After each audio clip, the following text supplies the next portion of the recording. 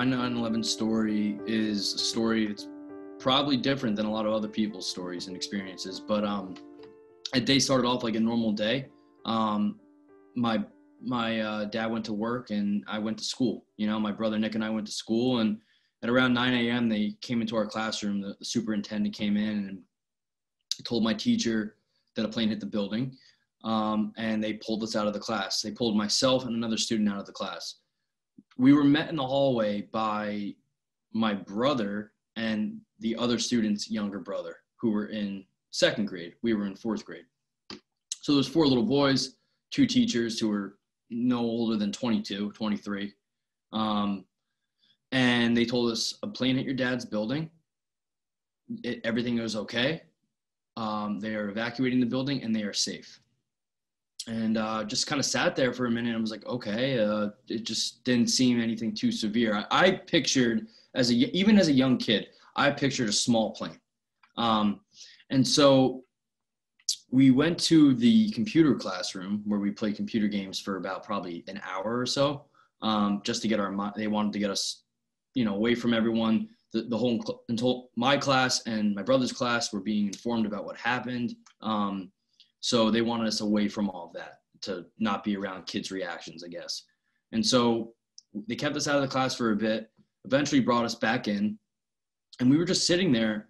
I was in my class, Nick was in his own class, and my experience is I was just sitting in class, and one by one, kids were getting pulled out. Their parents were coming to get them. And I was just sitting there thinking to myself, why are we still in school and these kids are getting taken out when our dad works in the World Trade Center? It didn't make any sense to me. I had not known that at that time, and by that point, my mom was home with my other two brothers. Pretty much, one was an infant and one was 3 years old, excuse me. One was 3 months old, one was 3 years old. And so they were sitting there, and my dad had called, and that was my mom's decision not to bring us home, because he called and told my mom a plane hit the building. And my mom thought he was joking, because my dad liked to pull pranks on people. And before 9/11, leading up to 9/11, he had expressed to my mom several times that he was going to quit. He had a spiritual experience. He had awoken in the middle of the night screaming, seeing his late aunt, who died of ALS, standing at his bed, completely healthy, holding his late baby sister, who died as an infant of like 6 months old, obviously years prior, holding the baby in healthy condition. And his aunt was in healthy condition too. So for him, that freaked him out. And he insisted that they were in that room. It wasn't a dream. He saw them, he felt them in that room. And so he started saying to my mom, like, he's 38 years old. I want to be cremated when I die. I'm going to quit my job. I want to find something that makes me really happy. And so she was confused when, she got the phone call from his cell phone, because he never called from his cell phone in the World Trade Center. Surprisingly, he didn't have great service, and many people didn't have great service in the World Trade Center with cell phones to begin with. But all the cell phone lines were going out on that day after the planes hit. So he got through on his cell phone, and like I said, she thought he actually finally quit. That was her instinct when he called, when she saw his cell phone. She was like, he's out of the building. And so he said, plane at the building. She said, this better not be some sort of sick joke. And the line cut out. And then for the next 2 minutes or so, they spent the time calling each other back and forth. And they would get through to one another, but couldn't hear one another. Same thing, vice versa. And then finally he got through to her and said goodbye. And he said, Michelle, I love you. You're the love of my life, and I'll love you forever. He said, I don't know if you can hear me, but you're the love of my life. I'll love you forever. And she said, I love you. And then after that, my mom had called his parents and told them, John said a plane at the building. And they were all watching the TV at this point. And so the second plane hit, and then they all knew, obviously, this was terrorism. And my uncle, my dad's brother, came upstairs to see what was going on the TV, and walked away, called my dad. He said he probably called him 50 times. It felt like he was calling him for hours, and it was maybe no more than 5 minutes. And he finally got through to my dad, and he said, "Dad, or John, please," he said, "get out, get out." And he just said, "Tony, I love you." And then that was the last person that we know of that spoke to my dad. And so I had not known, obviously, all that had happened while I was in school. So my mom kept us in school, and by the end of the day, we got home. My brother and I were the only kids on the bus. We got off the bus, and our house was on a hill, on a cul-de-sac, and we were walking up the street and just seeing cars everywhere. There probably was like 30 cars at our house. And we walked inside, and there was just family and friends everywhere, on the phones, calling hotlines, calling my dad. The TV was on with the footage, and basically soon enough, my grandmother was like, "You guys should go play with your friends, our neighbors." And so we left the house, and that was my day. That was my 9/11 day. When did you get confirmation that your dad had been killed? They came a week later. So they found him that Friday. So, it was so chaotic for everyone, especially the families, because they didn't know what to do. They're calling hospitals, hotlines, everything. And that's what we were doing. And so, the first night, obviously, he doesn't come home. Second night, same thing. And I think by the second or third day, my mom then started providing DNA samples, toothbrush, comb, etc. And they found him on Friday, the 14th. They didn't come to tell us that until Tuesday, the 18th. So exactly a week later, that they were able to confirm through DNA that it was him. And I mean, you're lucky in the sense that most people have not been able to be identified even to this day. Mm-hmm. I mean, it sounds strange to say lucky, but you were able to have a proper funeral. Yeah. And another thing too, they were able to confirm it through DNA. Not to sound graphic, but they found, what they found of him was his lower half at first. So he had his wallet in his pocket, obviously. And his wallet, we still have all of it and its contents to this day. He had maybe $40 cash, not burnt, nothing. Pictures, credit cards, all that stuff. Some of it was water damaged, probably from them spraying water on the rubble to put out the fires. And the wallet itself was waterlogged, but that may have been the original way that they were able to identify him. And then they were able to confirm it. They had to confirm it through DNA.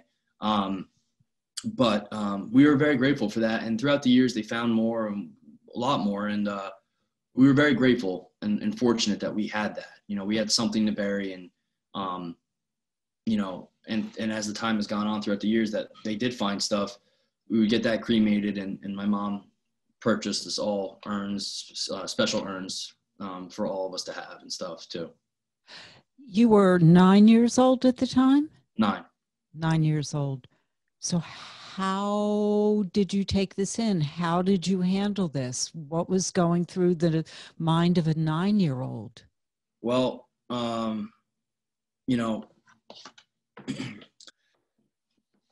my questions became more direct and pointed in the years to follow, right?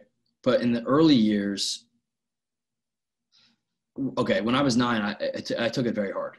I was super close to my dad. And so being told your dad's not coming home, your dad's dead, it was a lot to handle. And I definitely handled it with a lot of emotion. When I was probably 10 years old, maybe 11, I started looking at these books that my mom got that had timeline pictures of the day. And so I would open these books, and they were these hard, nice, big hardcover books with laminated pages. And I'd flip through, and I would see the images. And then eventually I saw an image of someone jumping from the towers. And seeing that, for whatever reason, I'd also seen one, and it was only maybe aired once on live TV. I had seen a clip, and it wasn't on a mainstream channel. It was on one of the random channels that someone must have been clicking through. And I saw someone jumping, a video of someone jumping. And seeing that video combined with that picture a couple of years later, it was like a deja vu moment, and it just like resonated with me completely. And I just was blown away by it. It was just, it literally was just so powerful to me. And so that's when I started, searching and questioning things and wondering if my dad maybe jumped from the towers. And that's when I really grieved hard and dealt with a lot of it, because I spent every waking moment that I had, besides being in school and playing sports, looking at 9/11 jumpers and videos and pictures and stuff. And so I was determined to find a story of my dad somehow, some way. It didn't matter if he ended up jumping. It was just a matter of I needed to find it. And so it really affected me in those early years. And you were affected in later years. Can you share that with us? Yeah. So, the stories, I was, very inquisitive, and the questions became very blunt. And so for me, for a while, was talking to my mom.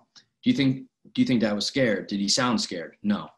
Talking to my Uncle Tony, my dad's brother. How did my dad sound on the phone? He sounded fine. He wasn't scared. And so then as time went on, I started asking questions. Do you think he jumped? And I had another uncle through marriage, who was the only one at that point in time who would talk to me about 9/11 and the jumping, and the fact that I was looking at this stuff on a daily basis. My mom didn't want anything to do with that and was telling me, stop doing this. You're just going to hurt yourself more. Like you need to stop. And everyone else was telling me the same thing. So first it was, did my dad jump? And he said, well, there was not really a way out, but he didn't say yes. And after other grooming techniques weren't working, he eventually told me, yeah, your dad jumped. And that led to sexual abuse. And in reality, the crazy part about it all is hearing that he jumped didn't affect me the way you would think. Oh, he jumped. Okay, there's my answer. There's my closure. That's it. Instead, it just was the catalyst that really poured like more gasoline on the fire. I just wanted to look at more and more and more and search more and more and more. And at that point in time, I was determined to find something. I was persistent. I thought there's got to be something. If he jumped, I'm going to find the picture of him. I'm going to find a picture of him hanging out of the building. And I reached out to photographers who took photos that day, some of the more mainstream photos. And I asked them to meet with me to blow up the photos for me, because I had heard of other 9/11 families and some Cantor Fitzgerald families too, meeting with these photographers and having them blow up the photos. And so that was like where I kind of like shifted. I was like, okay, maybe I can meet with one of these guys and they can blow it up for me and I could see if it's him. And they never reached back out to me, probably because, why would we can't entertain it wouldn't have been right, obviously. But that's where it led. And then I started going down a path of drug abuse and alcohol and using that to cope with my emotions. And all the while still looking at these videos and pictures, determined to find something. You mentioned sexual abuse? Yes. By an uncle through marriage. Oh. I would think that you were getting some help, some therapy. Yeah, we were seeing therapists and stuff, family therapists, individuals, stuff like that. Yeah. But for me, it was, especially as a younger kid, I would sit there and draw pictures of 9/11, of the towers and people jumping from the towers. That's how I expressed myself as a kid. How were you able to combat these demons and get past the addiction and the abuse? What helped? Well, the addiction, it was very apparent to everyone around me. I was struggling. But it took me wanting to get sober to make that change. And I needed to do it on my own, not being urged by everyone else like I had been in the past. And so finally I got to that point where I actually had an experience from my father, a spiritual experience from my father that sort of like the one that he had, that prompted me to want to get sober. What was that experience, and how old were you then? I was 23. So after my dad passed away in the early days after 9/11, my mom, when it was probably pretty apparent that he wasn't coming home, my mom was told to look for the signs. And so a night or two after 9/11, she was sitting in her room and grieving, and she said that a fly landed on her nightstand, and that fly was her token that my father was safely in heaven. That fly ended up staying in our house for 6 months after 9/11, and it's a very, very, very specific type of fly. And not only that, but it also followed in the years to come. It was around in good times. My mom got remarried. It was there on this pillar. She got married outside. And when she kissed my stepdad, to marry him, it flew away, almost as like showing a blessing. And so it was around a lot.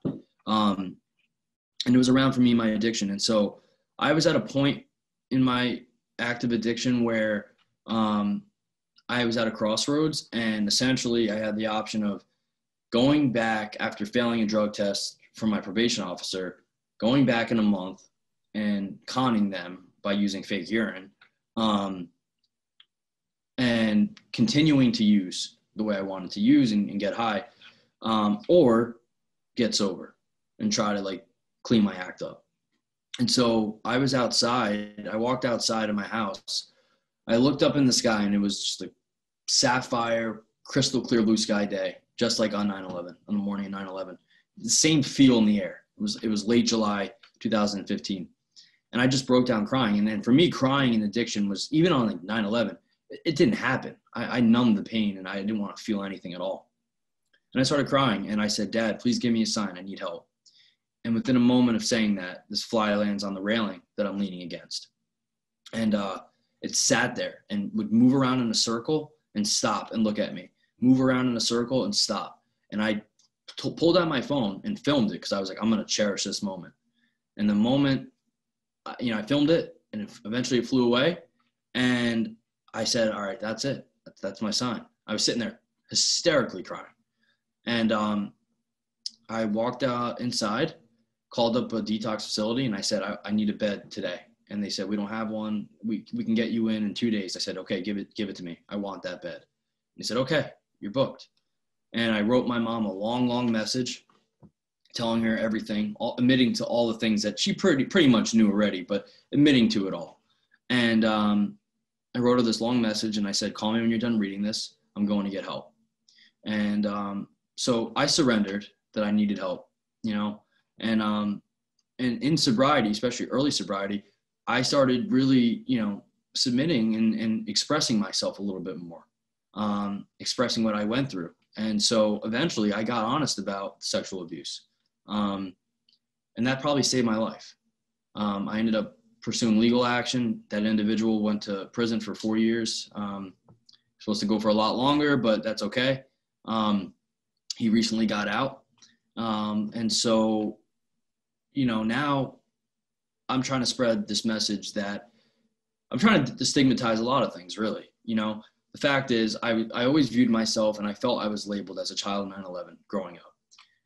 When I got sexually abused, there was no way I was coming forward about that, because I went to an all-boys high school. I knew I'd be made fun of, or I thought I'd be made fun of if I said something. And so I also didn't want people to perceive me or view me in a certain way. So that's why I didn't say anything. And I kept it a secret, and I just buried that inside of me. And there was times that it was starting to maybe crop up a little, that I was going to maybe tell someone. And then I would just be like, I can't do this. I can't get honest about this. And so it was through really like perseverance and resilience and really true honesty that I was able to start overcoming these tragedies. And you've written a book about all this. Yeah, I've written a book. It's called Sway. It just released today. And how do people get it? Amazon, Barnes & Noble, Apple Books, Kindle, Google Books. It's on audiobook as well. Anything else you'd like to add, Matt? Well, I guess I will say, I was able to later confirm my father did not jump. He was in the Twin Towers staircase. that's what we were eventually presented with. We were, when they found him, as with multiple people, they globally labeled them as multiple blunt force trauma, all the bodies they found. One of our neighbors was a dentist who was down there identifying people by their dental remains, and their records, excuse me. And so he made a call to the medical examiner for my mom and asked that they could do a little bit more detail, or give us a little bit more detail. And he did do that, and they provided us with some of the information that I needed. I'm thinking of the other children growing up with this, and as young adults still struggling. I mean, you were lucky in the end with your spiritual reawakening. Yep. And getting help. How do you think these other young adults can be helped? And are you part of a community? Are you in touch? And does that help? Yeah, I am in not a community. Well, technically speaking, yeah, community. But my mom went to a support group that was close by to our town, and there was a lot of people who were friends. They were all friends before, their husbands all worked together, and we were all family friends, a lot of us. So I'm sorry, my one brother. Anyway, a lot of the kids and we're all friends now too. And a lot of us are very, very close. And so I think that a lot of them had different takes on this. A lot of them wanted to forget and put it behind them quicker than I did. I'm at a point now that I don't think about everything like that. I don't think about 9/11 the same way I used to. I don't think about my father's death the way I used to. And I'm trying to remember him for the life he lived. And I think that that's what, one of my best friends, Andrew, we were talking about this, our dads worked together. We've been friends before they passed away. We're best friends to this day. And he said, this is what they would want. They want us to remember them for their lives, not the way they died. And so that's what we try to do, And what do you do today? What do you do for a living? I am pursuing a writing career. And hopefully things, we'll see what happens with everything. Obviously the memoir is the first step, but, who knows where this can spin off to or transition into. I was speaking at schools for a while, and I'm hoping to continue to do that. That would be more of my ideal career.